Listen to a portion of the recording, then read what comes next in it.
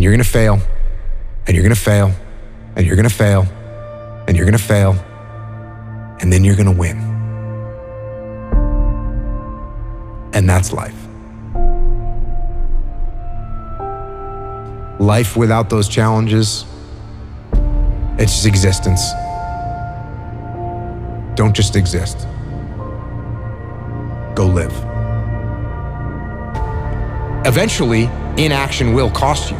But your default setting should be, I'm gonna do something. Just get up, move towards that challenge, and go attack it. Go do something that's hard. Struggle sucks. Depends on how you frame it. If you want freedom in your life, you have to have discipline. Move towards that challenge, whatever that challenge is. And you may be successful, and you may not be successful, but you will be better.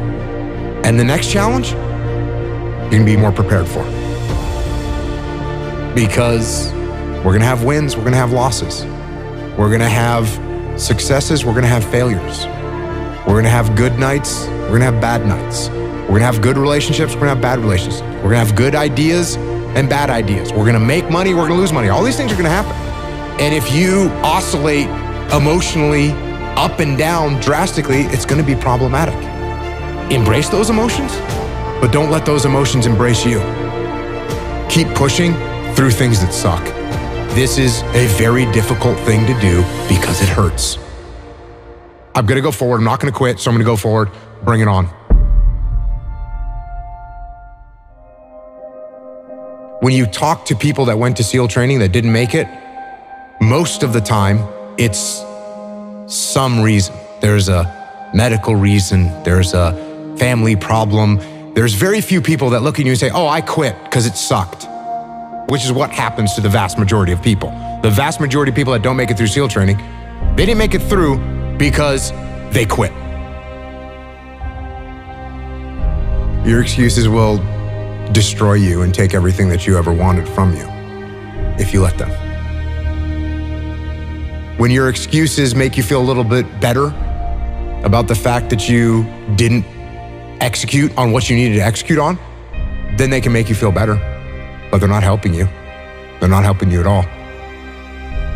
This went wrong, this failed, didn't accomplish this, and it's not the fault of my boss, it's not the fault of my girlfriend, it's not the fault of my parents, it's not the fault of the weather, it's my fault. And I'm gonna take ownership of it and I'm gonna fix it.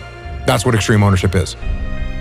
Because when you look around at your life and you look around at your job and your financial situation and your relationship and your physical health, and when you look at all those things and all the problems that you may have with those things, and you say, the reason I have all those problems is because of me, that can hurt, that can sting. And a lot of times our ego rejects that and makes excuses and lies. And then we don't have to change anything. And then nothing changes. When the excuses all go away and people can actually confront the fact that this is all because of me, it hurts, but is also unbelievably empowering. Because the more discipline you have in your life, the more freedom you will end up with. So if you lack the discipline to exercise and eat healthy, you will end up being a slave to disease. If you lack the discipline to work hard, save your money, you will end up a slave to finances. If you lack the discipline to manage your time correctly, you will end up with no free time. If you have self-discipline, if you have the discipline to save your money and work hard and invest your money properly, if you have the discipline to manage your time correctly and not waste a bunch of time, if you have the discipline to exercise and eat healthy, you will end up with freedom. And you're gonna start to progress in every aspect of your life. And you'll see that if you have that kind of discipline right now, you're gonna end up with freedom. If you have discipline, you will attain freedom. Go try and accomplish something that's hard. You may win, you may lose, you may succeed, you may fail. I'll tell you what, you'll be better. And if you don't have that kind of discipline, and you don't work hard and you don't exercise and you don't apply yourself, you're gonna end up shackled. So if you're in the woods and you don't know where to go, start walking. You gotta start walking because the perspective's not gonna change. You have to start moving forward. But standing there lost and not doing anything is just waiting to die, waiting to starve to death. Don't let that happen. I think it's really important because as men, we get conflicting messages about emotion and how to express it and what that looks like. And there's a lot of men struggling right now. Every human faces challenges and you don't know what they've been through. Suppressing them isn't gonna help, and nor is letting them run your life. Because you're sad, now you're gonna make a bunch of bad decisions because you're sad. No, it doesn't work like that. It doesn't work like that. You're sad, okay. You get emotional sometimes, okay. Got it. Now, get control of your emotions and carry on with your life. And sometimes you're gonna get hit with those waves. And that's okay. Oh, I'm having an emotional moment right now. There's something wrong with me. No, there's nothing wrong with you. There's nothing wrong with you.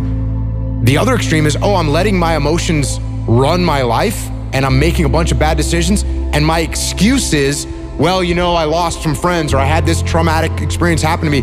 That's why I'm doing, that's just an excuse. And it's a very easy excuse. Guess what? It's time to carry on. Remember, don't dwell. I'm in control.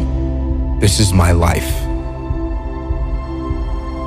If you are in the problem, you won't see the solution to the problem. Take a step back, detach from the chaos, detach from the mayhem, detach from your emotions, detach from your ego, and be able to assess the best way to execute.